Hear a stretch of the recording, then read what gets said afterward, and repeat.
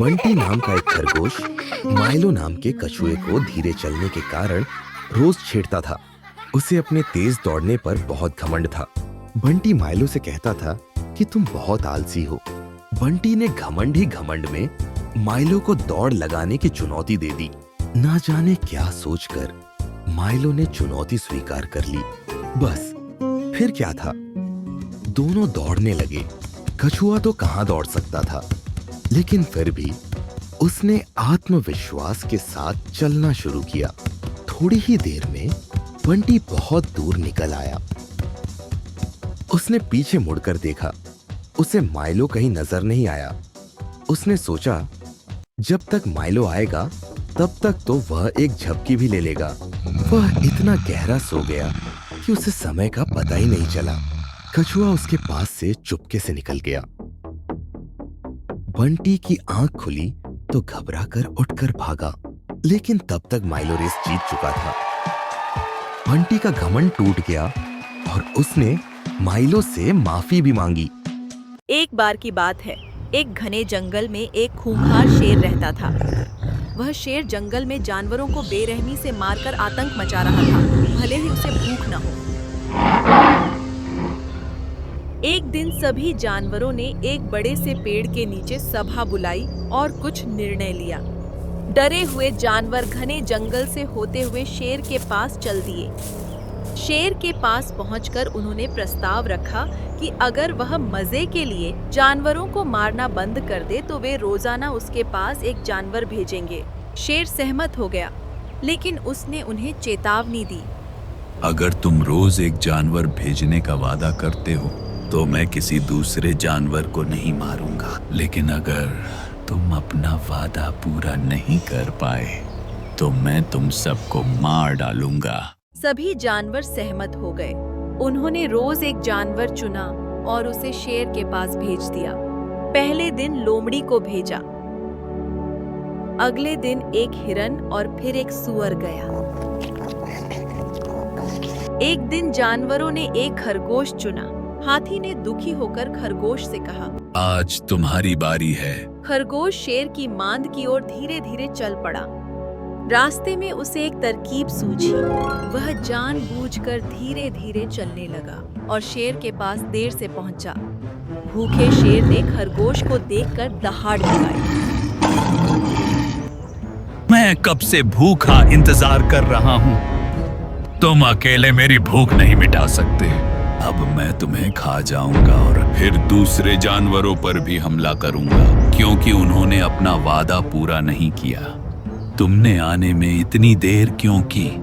हे राजा, हम 4 खरगोश आपके लिए आ रहे थे, लेकिन रास्ते में हमें एक और शेर मिला।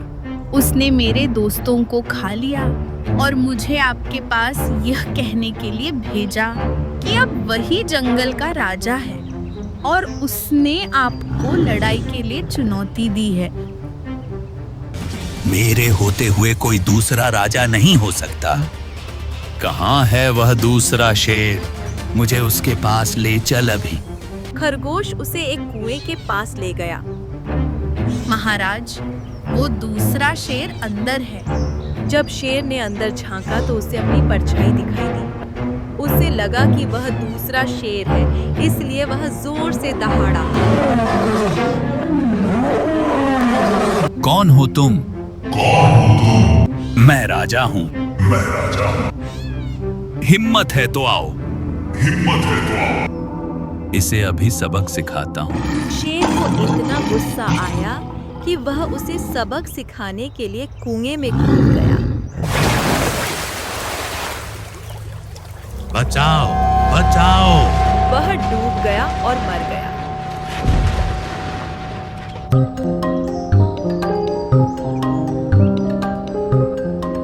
खरगोश को वापस जंगल में देखकर सारे जानवर दंग रह गए। हाथी ने पूछा, अरे भाई खरगोश, तुम जिंदा कैसे बच गए? खरगोश ने सबको सारा किस्सा सुनाया। जानवरों ने शेर से छुटकारा दिलाने के लिए खरगोश को धन्यवाद दिया और खुशी से नाचने लगे। एक बार एक बरगद के पेड़ पर 2 कौवों ने घोंसला बनाया। वे नहीं जानते थे कि उसी पेड़ के बिल में एक काला नाग रहता है। कुछ दिनों बाद कौवी ने अंडे दिए।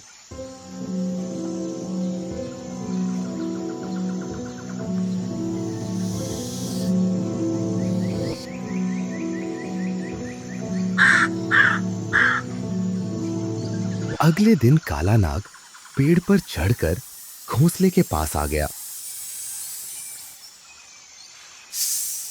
कौवों ने अंडे बचाने की बहुत कोशिश की, लेकिन नाग उनके अंडे खा गया।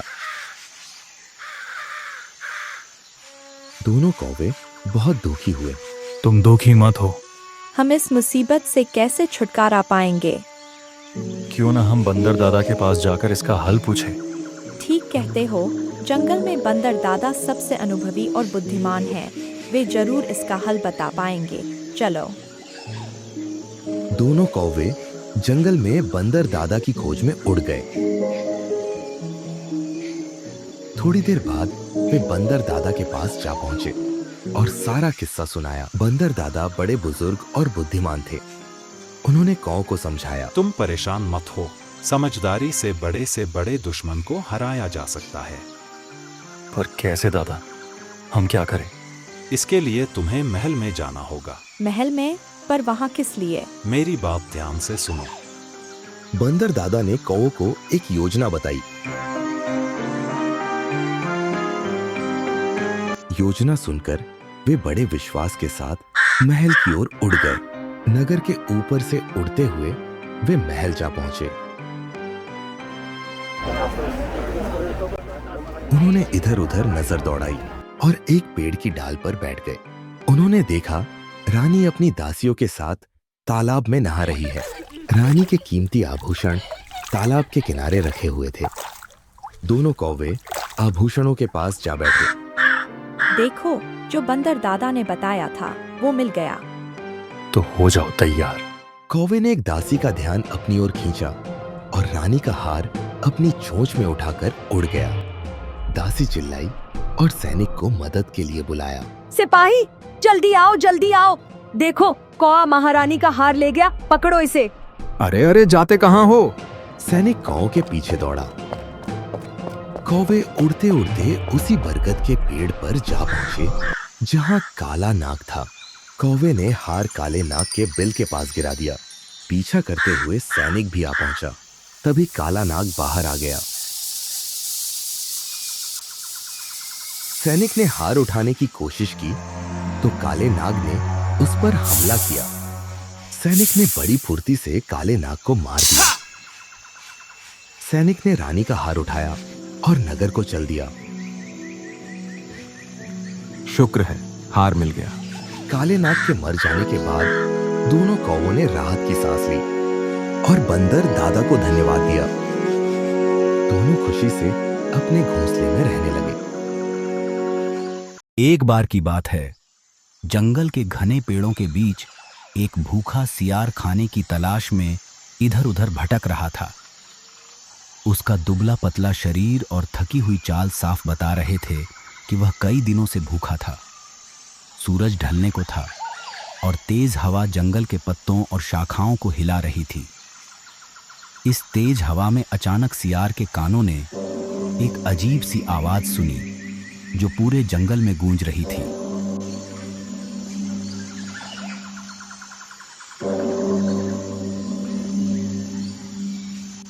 सियार रुक गया। उसकी आंखें चौड़ी हो गईं और कान खड़े हो गए।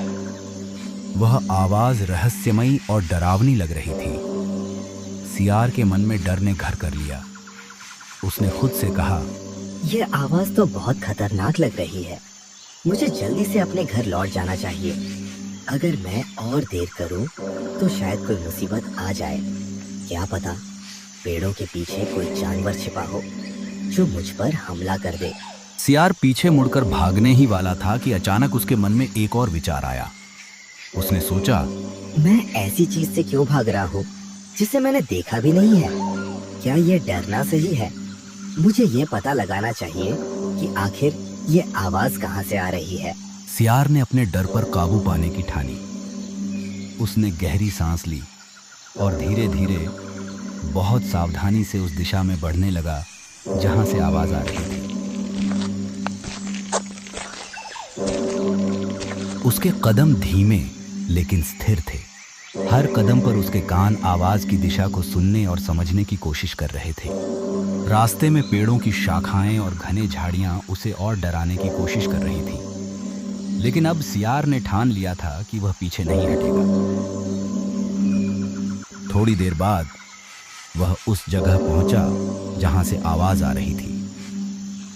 उसने देखा कि एक पेड़ की एक शाखा हवा के तेज झोंकों के कारण बार बार हिल रही थी और पास में पड़े एक छोटे से ढोल को छू रही थी। हर बार जब शाखा ढोल से टकराती तो वह आवाज गूंज उठती। सियार कुछ देर तक उस दृश्य को देखता रहा। फिर उसकी आंखों में राहत की चमक आ गई। उसने चैन की सांस ली और सोचा, यह तो बस एक शाखा और ढोल का खेल था। मैं बेवजह डर गया था। अब सियार का डर पूरी तरह खत्म हो चुका था। उसने खुद पर गर्व महसूस किया कि उसने अपने डर का सामना किया और सच्चाई तक पहुंचा। इसके बाद वह ढोल और शाखा को पीछे छोड़ते हुए खाने की तलाश में फिर से निकल पड़ा।